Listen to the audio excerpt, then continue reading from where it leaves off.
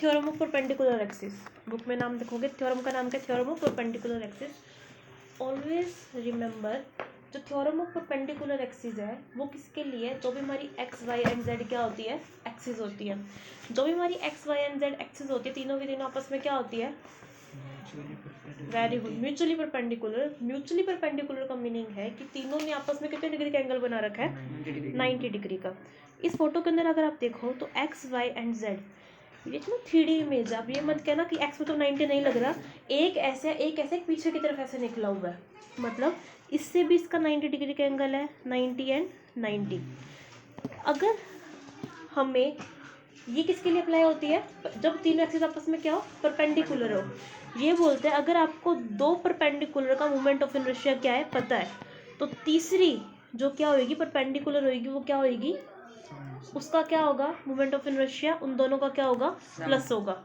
तो ये सिर्फ आई जेड के लिए नहीं है, अगर मान लो हमें आई एक्स गिवन है तो हम उससे भी निकाल सकते हैं। जो तीसरी क्या होगी, परपेंडिकुलर एक्सिस होगी, लेकिन वो परपेंडिकुलर एक्सिस कहाँ से जानी चाहिए, फ्रॉम द, जो भी हमारी बॉडी है उसकी कहाँ से जानी चाहिए, एक्सिस ऑफ रोटेशन से। हो सकता है कि यहाँ पे आई एक्स जा रही होती और यहाँ पे हमें आई वाई दे रखा होता और ये हमें क्या दे रखा होता, आई जेड। तो हमारे ये उस केस में, क्योंकि आई एक्स, क्योंकि यहाँ पे जो एक्स एक्सिस है वो क्या हो जाती, एक्सिस ऑफ रोटेशन हो जाती। तो एक्सिस ऑफ रोटेशन हो जाती तो मोमेंट ऑफ इनर्शिया एक्स का क्या होता है, I Y plus I Z. In case हमारी एक्सिस ऑफ रोटेशन वाई होती, तो उस केस में आई वाई क्या हो जाता, आई एक्स प्लस आई जेड। क्योंकि यहाँ पे हम परपेंडिकुलर कोऑर्डिनेट्स का यूज़ करें एक्स वाई जेड का, तो इसलिए इसको हमने क्या बोला, थ्योरम ऑफ परपेंडिकुलर एक्सिस। उसके बाद जो थ्योरम है वो है theorem of parallel axis. Parallel का मीनिंग क्या है, देखो जो भी लाइन जा रही है एक्सिस से उसका आपको मोमेंट ऑफ इनर्शिया पता है, चाहे वो रिंग है चाहे वो डिस्क है। बताओ मोमेंट ऑफ इनर्शिया रिंग का क्या होता है जब वो एक्सिस से जाती है, एम आर स्क्वायर, है ना। तो आपको ये पता है ये कितना होगा, एम आर स्क्वायर होगा, लेकिन आपको इस लाइन का नहीं निकालना, आपको इस लाइन का निकालना है जो कि टच करते हुए जा रही है, या फिर आपको इस लाइन का निकालना है, किसी भी लाइन का निकालना हो। अगर ये लाइन इस लाइन के क्या है बच्चे, पैरेलल है। पैरेलल मतलब आमने सामने वाली लाइन होती है और दोनों की डायरेक्शन इस तरफ है, 0 डिग्री का एंगल बना रही है, और एंटी पैरेलल कितने डिग्री का एंगल बनाती है, 180 डिग्री का। तो इस केस में हम क्या बोलते हैं, जो मोमेंट ऑफ इनर्शिया किसका होगा, इस ओ लाइन का होगा, वो किसके इक्वल होगा, मैं इसको आई ओ बोल देती हूँ, किसके इक्वल होगा, आई सी, जो सी लाइन पास हो रही है प्लस में एम, और जो भी इनके बीच में डिस्टेंस है, कितना डिस्टेंस है, डी, तो M D square.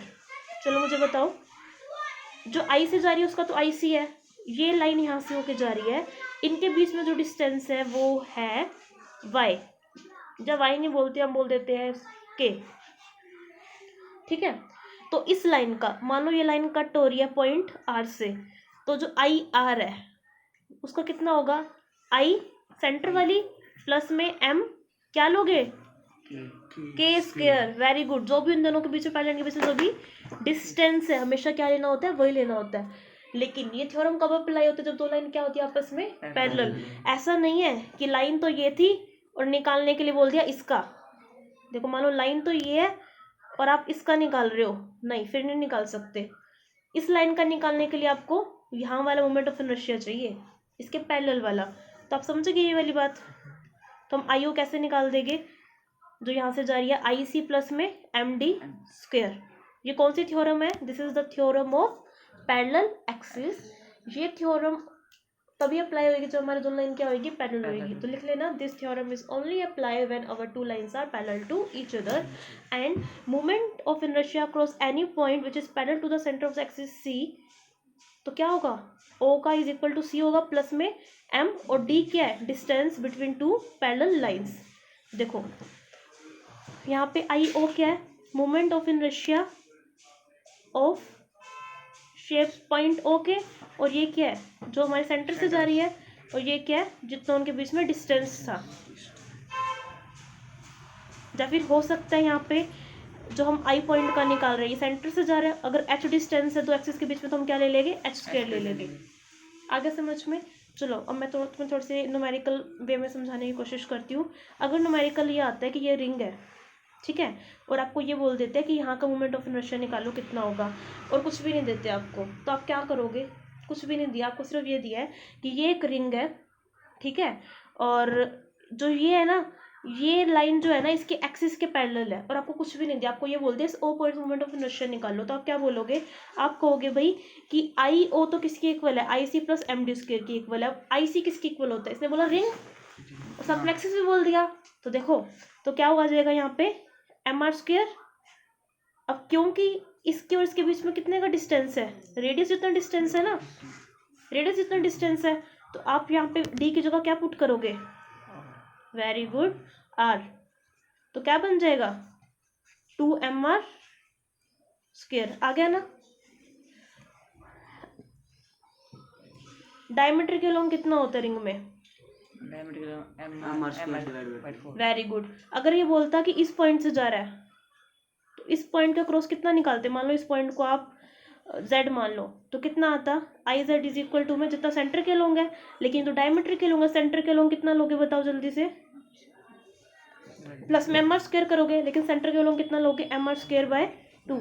mr square by 2 plus में mr स्क्वायर कितना आ जाएगा बच्चे? 3/2 mr स्क्वायर। तो कैसे ले लोगे ना, 1 आ जाएगा। तो डायमीटर की अगर पैरेलल होगी तो आंसर कितना आएगा? 3/2 mr स्क्वायर। ऐसे अगर बोल दे कि ये रिंग नहीं है, ये डिस्क है, ये रिंग नहीं है, ये डिस्क है, और बोले इस लाइन से निकालो, तो क्या करेंगे हम? रिंग में, डिस्क में डायमीटर के लॉन्ग कितना होता है? Very good, mr square by 4। तो हम बोलेंगे इसके क्रॉस कितना होगा? mr स्क्वायर बाय 4 प्लस में इनके बीच में कितना डिस्टेंस है? ये आर, डायमीटर के लॉन्ग पूरा रेडियस है ना ये, प्लस में mr स्क्वायर, तो एलसीएम कितना आ जाएगा? 4। तो कितना बन जाएगा? 5/4 बनेगा ना। देखो सिंपल एलसीएम लिया, कुछ नहीं किया। आप सोल्व करोगे mr स्क्वायर बाय 4 को प्लस में mr स्क्वायर को, तो एलसीएम लेके 4 आ जाएगा, यहाँ पे 4 चला जाएगा, कितना आ जाएगा? 5 mr स्क्वायर बाय 4। तो ऐसे ही आपसे डिस्क के लिए अराउंड पूछ सकते हैं, सिलेंडर के अक्रॉस पूछ सकते हैं, परपेंडिकुलर एक्सिस के लोग पूछ सकते हैं। तो जो न्यूमेरिकल्स होगी वो ऐसे होगी, आपको गिवन कुछ नहीं होगा, आपको बस ये बोलेंगे कि ये भाई डिस्क है, ये क्या है? डिस्क है, और इसके डायमीटर के पैरेलल एक लाइन है, उसका मोमेंट ऑफ इनर्शिया बताओ क्या होगा? निकाल लोगे। उसने आपको 3 चीजें बता दी, एक तो बता दी कि लाइन क्या होगी? डायमीटर के पैरेलल होगी, पैरेलल होगी, रेडियस आपको बता दी, पता है ये आर होगा। तो बिल्कुल सिंपल सा केस है।